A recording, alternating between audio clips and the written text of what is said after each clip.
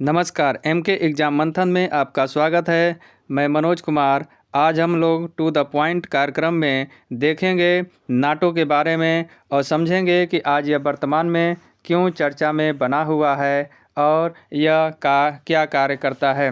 आइए समझते हैं नाटो के बारे में। नाटो को उत्तरी अटलांटिक संधि संगठन या नॉर्थ अटलांटिक ट्रीटी ऑर्गेनाइजेशन कहते हैं। नाटो एक सैन्य संगठन है जिसकी स्थापना सोवियत संघ के खिलाफ सामूहिक सुरक्षा प्रदान करने के लिए संयुक्त राज्य अमेरिका, कनाडा और कई पश्चिमी यूरोपीय देशों द्वारा 4 अप्रैल 1949 की उत्तरी अटलांटिक संधि, वाशिंगटन संधि भी जिसे कहा जाता है, द्वारा की गई थी। यहाँ पे समझ लेते हैं सामूहिक सुरक्षा। इसमें जो है कुल 30 सदस्य देश हैं। इन 30 सदस्य देशों में से किसी भी एक देश पर अगर कोई दूसरा देश हमला करता है तो यह माना जाता है कि इन 30 देशों पे हमला किया गया। इस तरीके से यह सामूहिक सुरक्षा के आधार पे यह उस देश पे हमला कर देते हैं। यही इसका कॉन्सेप्ट है और इसी सिद्धांत के आधार पे यानी कि सामूहिक सुरक्षा के आधार पर यह नाटो संगठन कार्य करता है।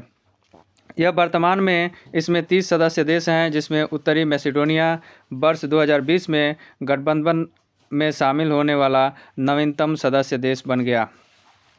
आइए जानते हैं कि यह चर्चा में क्यों है।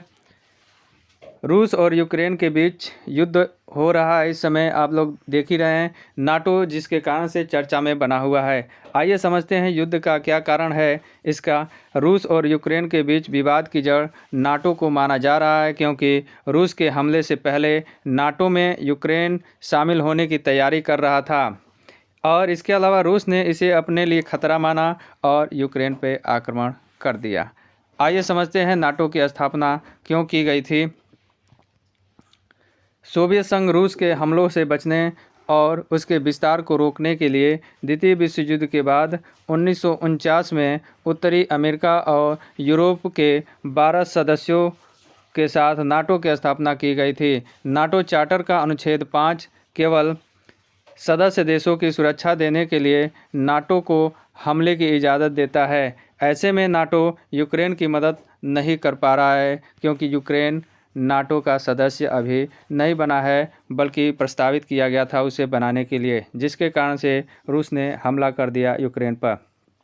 आइए समझते हैं नाटो की उत्पत्ति कैसे हुई। वर्ष 1949 में जब नाटो की स्थापना हुई तो उसके स्वघोषित मिशन में जो है 3 मुख्य बिंदु थे।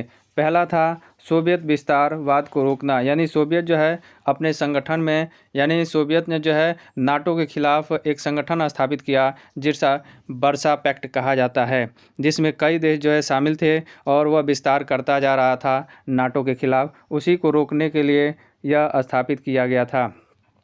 अगला है महाद्वीप पर एक मजबूत उत्तरी अमेरिकी उपस्थिति के माध्यम से यूरोप में राष्ट्रवादी सैन्यवाद के पुनरुद्धार के लिए माना जा रहा है। इसके अलावा यूरोपीय राजनीतिक एकीकरण को प्रोत्साहित करने के लिए भी किया गया। इसकी स्थापना में एक महत्वपूर्ण कारक के रूप में नाजी हिटलर पीड़ा और द्वितीय विश्व युद्ध की घटना को भी माना जाता है, क्योंकि उस समय नाजी हिटलर ने बड़े ही खूंखार तरीके से नाटो जो सदस्य थे उनके खिलाफ कार्रवाई की थी। आइए समझते हैं। और नाटो की स्थापना के समय का व्यापक संदर्भ यह था कि वर्ष 1955 में एक समय जब शीत युद्ध गति प्राप्त कर रहा था, तब सोवियत संघ ने नाटो के खिलाफ मध्य एवं पूर्वी यूरोप के समाजवादी गणराज्यों को मिलाकर वर्सा पैक्ट यानी 1955 में की थी, जिसमें अल्बानिया, जिसे वर्ष 1968 में वापस ले लिया गया, इसके साथ ही बुल्गारिया, चेस्लोवाकिया, पूर्वी जर्मनी, हंगरी, पोलैंड और रोमानिया आदि शामिल थे। साथ ही वर्सा पैक्ट या वर्सा संधि को अनिवार्य रूप से एक राजनीतिक सैन्य गठबंधन नाटो के प्रत्यक्ष रणनीतिकार प्रतिकार के रूप में देखा गया। इसके अलावा कोल्ड वार के समय नाटो का ध्यान पूर्वी जर्मनी की सोवियत कब्जे वाले क्षेत्र पर था। जर्मनी का संघीय गणराज्य मई 1955 तक नाटो में शामिल हो गया और रूस को अपनी सीमा पर एक मजबूत व पुनर्जीवित पश्चिमी जर्मनी को लेकर चिंता होने लगी, जिसके कारण से इन दोनों के बीच जो है यानी कि पूंजीवादी और साम्यवादी गुटों के बीच जो है और तेज कोल्ड वार शुरू हो गया। यहाँ पे जाना जाए, कोल्ड वार का मतलब होता है वाक युद्ध, यानी कि युद्ध जैसी परिस्थितियाँ उत्पन्न कर देना, लेकिन सशस्त्र जो है न तो इसमें हथियारों का इस्तेमाल होता है, सिर्फ वाक्य युद्ध होता है, बयानबाजी की जाती है। लेकिन यह स्थिति ऐसी लगती थी कि अब युद्ध हो जाएगा, तब युद्ध हो जाएगी, ऐसी स्थिति जो है बनी रहती है कोल्ड वार में। कोल्ड वार में एक देश का एक गुट का समर्थन, नाटो का समर्थन जो है करने वाले जो थे वह पूंजीवादी कहलाए, और दूसरी तरफ वर्सा पैक्ट वाले जो थे वह साम्यवादी कहलाए। इन दोनों के बीच में जो है पूरा विश्व गुटों में बंट गया था, लेकिन एक तीसरा गुट भी उभर के आया जिसे हम नाम कहते हैं, या गुट निरपेक्ष राष्ट्र जो है एक सामने आए। आइए आगे देखते हैं वर्सा पैक्ट का उद्देश्य क्या रहा। पूर्वी यूरोपीय राजधानियों को रूस के अधिक निकट लाना था, जिन्हें शीत युद्ध के दौरान दशकों तक प्रभावी बनाया गया था, और पूंजीवाद के विस्तार को रोका जा सके।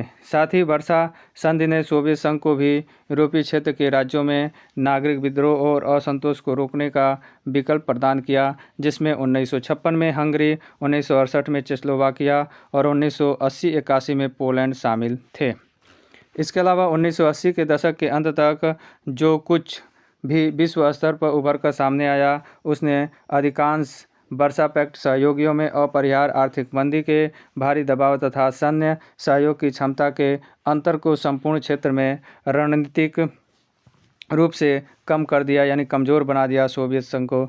इस प्रकार कमज़ोर होते सोवियत संघ की वजह से सितंबर 1990 में पूर्वी जर्मनी पश्चिमी जर्मनी के साथ फिर से जुड़ने के लिए हुई संधि से बाहर हो गया, और जल्द ही चेकोस्लोवाकिया, हंगरी और पोलैंड सभी वर्सा संधि से अलग हो गए।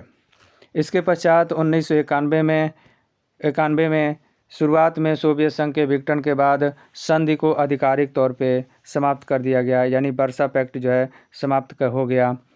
इसके अलावा 25 दिसंबर 1991 को सोवियत संघ टूट गया और 15 अलग अलग राज्य बन गए, जिसमें Ukraine, Armenia, Azerbaijan, Belarus, Estonia, Georgia, Kazakhstan, Kyrgyzstan, Latvia, Lithuania, Moldova, रूस, ताजिकिस्तान, तुर्कमेनिस्तान और उज़्बेकिस्तान इसमें शामिल थे।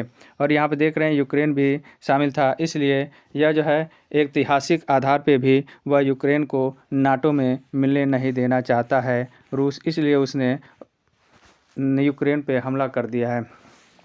आइए समझते हैं कि वर्सा संधि में कौन कौन देश शामिल थे। सोवियत संघ था, पोलैंड था, पूर्वी जर्मनी, चेकोस्लोवाकिया, हंगरी, रोमानिया और बुल्गारिया, और इसका मुख्य काम था नाटो में शामिल देशों का यूरोप से मुकाबला करना था। आइए समझते हैं अब नाटो की संरचना के बारे में कि किस तरीके से इसकी संरचना हुई है। नाटो की संरचना 4 अंगों से मिलकर हुई है, जिसमें पहला है परिषद। इसका क्या काम है? यह नाटो का सर्वोच्च अंग है। इसका निर्माण राज्य के मंत्रियों से होता है। इसकी मंत्री स्तरीय बैठक वर्ष में एक बार होती है। परिषद का मुख्य उत्तरदायित्व समझौतों की धाराओं को लागू करना है। इसके अलावा उप परिषद है दूसरी। यह परिषद नाटो के सदस्य देशों द्वारा नियुक्त कूटनीतिक प्रतिनिधियों की परिषद है। ये नाटो के संगठन के संबद्ध सामान्य हितों वाले विषयों पर विचार करते हैं। और तीसरी समिति है इसकी प्रतिरक्षा समिति।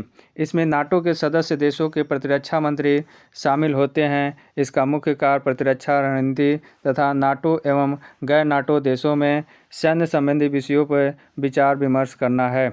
अगला है सैन्य समिति। इसका मुख्य कार्य नाटो परिषद एवं उसकी प्रतिरक्षा समिति को सलाह देना है। इसमें देशों के सेनाध्यक्ष सम्मिलित होते हैं। इसके अलावा नाटो का मुख्यालय बेल्जियम ब्रुसेल्स में है। तो इस तरीके से यह नाटो के बारे में आपको समझ में आया होगा।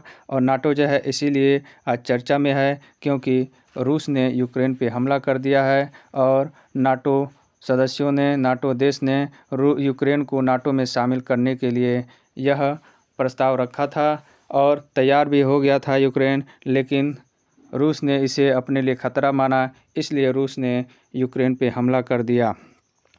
तो मेरा वीडियो यहीं पे समाप्त होता है।